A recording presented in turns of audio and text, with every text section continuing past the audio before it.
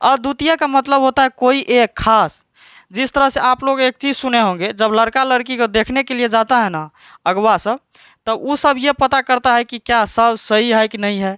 तो कितना लोग बोलेगा कि लाखों में से एक है। लड़का जो देखने गए तो लाखों में से एक है, या लड़की जो देखने गए लाखों में एक है, इससे सुंदर हो ही नहीं सकता है।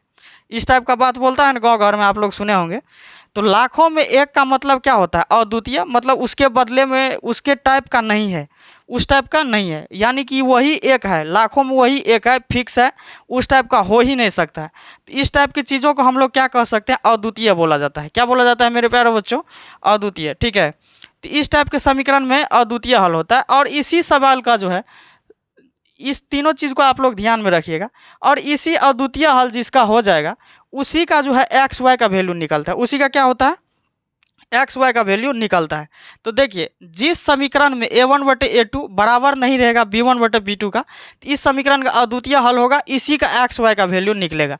चलिए, अब आप लोग को समझना है कि क्या बोल रहे हैं सर, आखिर इसका हल कैसे होगा। तो देखिए, जिस समीकरण का अद्वितीय हल हो जाएगा, यहाँ तक आ जाएगा, मतलब ये हो जाएगा, ये हेडिंग, तो यहाँ पे लिख देना है इस समीकरण का अद्वितीय हल है। क्या होगा? इस समीकरण का अद्वितीय हल है। तो यहाँ पे लिख देना है, एक आरेख खींचना है यहाँ पे।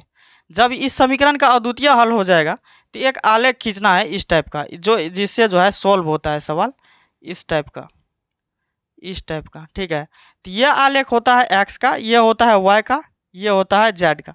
यह आलेख होता है एक्स का, ये होता है वाई का, ये होता है जेड का। ठीक है, तो देखिए, ये आलेख सबसे समझने की बातें हैं कि किस तरह से आखिर इसके पे मान बैठाया जाएगा। तो ये हुआ एक्स का, ये हुआ वाई का, ये हुआ जेड का। ये तीन आलेख आप लोगों के लिए है। ठीक है, तो यहाँ पे जो है, जो मान रखेंगे हम लोग, वो होता है b1 का मान।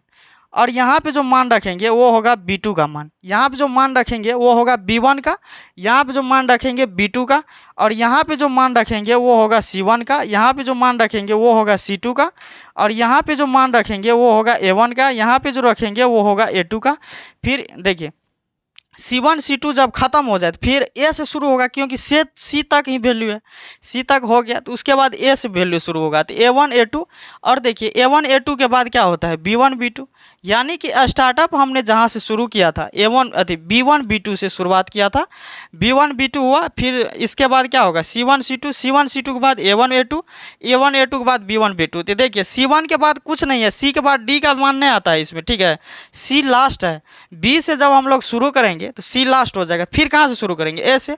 लास्ट कहाँ पे हो जाएगा? B से, B पे। तो यहाँ पे मेरे प्यारे बच्चों, एक चीज़ समझने की बातें हैं कि इस तरह का मान आप लोग भर सकते हैं कि नहीं। तो इसी टाइप से भरा जाएगा। इस टाइप से यदि आप लोग मान भर लीजिएगा तो कोई दिक्कत नहीं होगा यहाँ पे। ठीक है, यह आप लोगों को ध्यान रखना होगा, याद नहीं करना पर ध्यान रखना है कि B से शुरू करना है। B से शुरू करेगा, C पे ख़त्म होगा, फिर A से शुरू करेंगे, B पे ख़त्म हो जाएगा। नॉर्मल सी बातें हैं। तो देखिए, अब पूछिएगा कि सर ये तो भर दिए लेकिन मान कैसे निकलेगा? तो इसके लिए एक सूत्र तैयार करना पड़ता है। तो देखिए, ये x है, तो यहाँ पे x बटा देना है। देखिए, इधर से मान लेना है, इधर से। तो ये तीर देखिए कहाँ से शुरू हुआ, कहाँ पे ख़त्म हुआ? तो B1 से शुरू हुआ, C2 पे ख़त्म हुआ। चलिए, B1 C2, इसके बाद जस्ट नीचे आइए, माइनस B2 C1 बराबर। देखिए, B1 C2 हुआ ये, और फिर B2 C1 हुआ, बराबर दे देंगे। देखिए, ये तो x वाला हो गया। इसके बाद y वाला पे चलिए, तो यहाँ पे y देना है, B1 C2 यहाँ पे आ गया, B2 C1 तो यहाँ पे आ गया। अब देखिए, y से शुरू करना है, फिर कोना कोनी गुना कीजिए, मतलब इस टाइप से चलना है, इधर से। फिर इधर से चलिए, यहाँ पे आइए, C1 A2 हो जाएगा। फिर यहाँ से चलिए, यहाँ पे आइए, माइनस C2 A1 हो जाएगा, बराबर। देखिए, यहाँ से आए यहाँ पे, यहाँ से आए यहाँ पे, माइनस कर दिए। फिर देखिए, जेड बटा, इसको यहाँ पे कीजिए, फिर A1 B2 माइनस, इसको यहाँ से कीजिए, फिर A2 B1। देखिए, यह आप लोगों का जो है सूत्र तैयार हो गया। बस इसी से चलना है, समझे ना? बस इसी से चलना है। तो ये आप लोगों का सूत्र हो गया, x बटा जो है B1 C2, यानी कि इधर से यहाँ चलना है तो B1 C2, फिर नीचे से ऊपर चलना है B2 C1 minus B2 C1, फिर यहाँ से यहाँ चलना है तो C1 A2, फिर यहाँ से यहाँ चलना है C2 A1, फिर यहाँ से यहाँ चलना है A1 B2, फिर यहाँ से यहाँ चलना है A2B1। देखिए ये एक फंडा है, मतलब कि इसका नियम है। जिस तरह से हमने बताया कि इसी तरह से चलना है, तो ये इसी तरह से ही चलना है, दूसरा इसमें कोई नियम नहीं लगता है, समझे ना।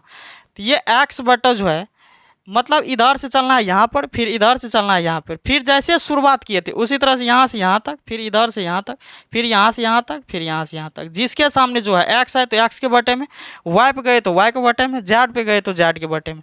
मेरे प्यारे बच्चों, बस यही बेसिक है, आप लोग इसको समझ जाइएगा तो पूरा सवाल सोल्व होगा।